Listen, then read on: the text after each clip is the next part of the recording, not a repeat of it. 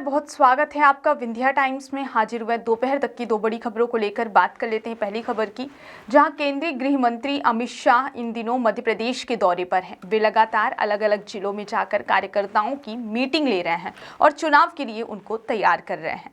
लेकिन जबलपुर में ली गई कार्यकर्ताओं की मीटिंग में कुछ ऐसा हो गया जिसके बाद बीजेपी में हंगामा मचा हुआ है। अमित शाह बीते दिन जबलपुर में कार्यकर्ताओं की मीटिंग लेने पहुंचे थे, लेकिन उस मीटिंग में से जबलपुर के एक बड़े बीजेपी नेता नाराज होकर बाहर निकले और फिर उन्होंने पार्टी के सभी पदों से इस्तीफा दे दिया। रविवार को एक प्रेस कॉन्फ्रेंस कर प्रभात साहू ने पूरे मामले का खुलासा किया है। बीजेपी के नगर अध्यक्ष प्रभात साहू ने अपने पद से इस्तीफा दे दिया है। प्रभात साहू का कहना है कि वह पार्टी के कार्यकर्ता के तौर पर लगातार काम करते रहेंगे, लेकिन अब किसी पद पर नहीं रहेंगे। प्रभात साहू ने कहा कि 21 अक्टूबर को बीजेपी की 5वीं सूची जारी होने के बाद संभागीय बीजेपी कार्यालय में टिकट दावेदारों के समर्थकों ने जमकर हंगामा किया था, जिसे रोकने की उन्होंने भरपूर कोशिश की थी। लेकिन बीजेपी का केंद्रीय नेतृत्व यह बात मानता है कि उनकी वजह से ही भाजपा कार्यालय में हंगामा हुआ था, जबकि आक्रोशित कार्यकर्ताओं को रोकने के लिए उन्होंने भरपूर कोशिश की थी।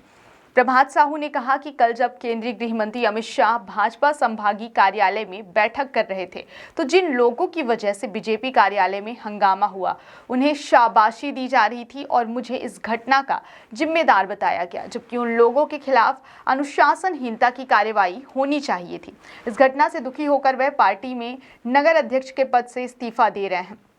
प्रभात साहू जबलपुर के महापौर भी रह चुके हैं। वे जबलपुर उत्तर मध्य विधानसभा क्षेत्र से टिकट न मिलने से नाराज चल रहे थे। टिकट वितरण को लेकर जबलपुर में बीजेपी कार्यकर्ताओं ने जमकर हंगामा मचाया था। चुनाव प्रभारी और केंद्रीय मंत्री भूपेंद्र यादव के सामने ही उनके गार्ड के साथ कार्यकर्ताओं ने मारपीट कर दी थी और प्रदेश अध्यक्ष विष्णुदत्त शर्मा के खिलाफ जमकर नारेबाजी की थी। अब प्रभात साहू का कहना है कि इस हंगामे के जिम्मेदार लोगों पर अमित शाह सहित केंद्रीय नेतृत्व कार्यवाही नहीं कर रहा है और उनको जिम्मेदार बताकर अपमानित किया जा रहा है। इसलिए दुखी होकर उन्होंने पार्टी के हर पद से इस्तीफा दे दिया है। बात कर लेते हैं दूसरी बड़ी खबर की, जहां मध्य प्रदेश विधानसभा चुनाव पर राज्य समेत पूरे देश की नजरें टिकी हुई हैं। दोनों प्रमुख पार्टियां अपने दिग्गजों को चुनावी मैदान में उतारकर जनता को साधने की कोशिश कर रही हैं। ऐसे में कयास लगाए जा रहे हैं कि बीजेपी ज्योतिरादित्य सिंधिया को भी चुनाव में उतारने वाली है। हालांकि अब इन कयासों पर विराम लग गया है और यह साफ हो गया है कि सिंधिया विधानसभा चुनाव नहीं लड़ेंगे। दरअसल बीजेपी ने गुना विधानसभा से पन्नालाल शाक्य और विदिशा से मुकेश टंडन को उम्मीदवार बनाया है। इसी के साथ ही ये अटकलें खत्म हो गई हैं कि बीजेपी यहां से ज्योतिरादित्य सिंधिया को टिकट देने वाली है।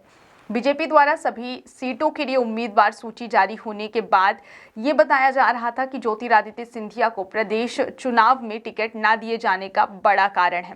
ये बात सामने आई थी कि पार्टी ने उनके नाम पर विचार मंथन किया था, लेकिन ऐन मौके पर नाम हटा दिया गया। सूत्रों की माने तो ज्योतिरादित्य सिंधिया समर्थकों नेताओं को इस बार बीजेपी ने टिकट नहीं दिया है। उन समर्थकों को मनाना सिंधिया के चुनाव लड़ने से ज्यादा जरूरी था।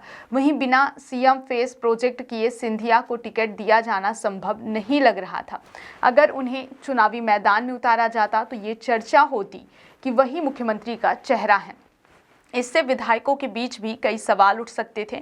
इसलिए बीजेपी ने काफी विचार विमर्श के बाद सिंधिया को टिकट ना देने का फैसला लिया था।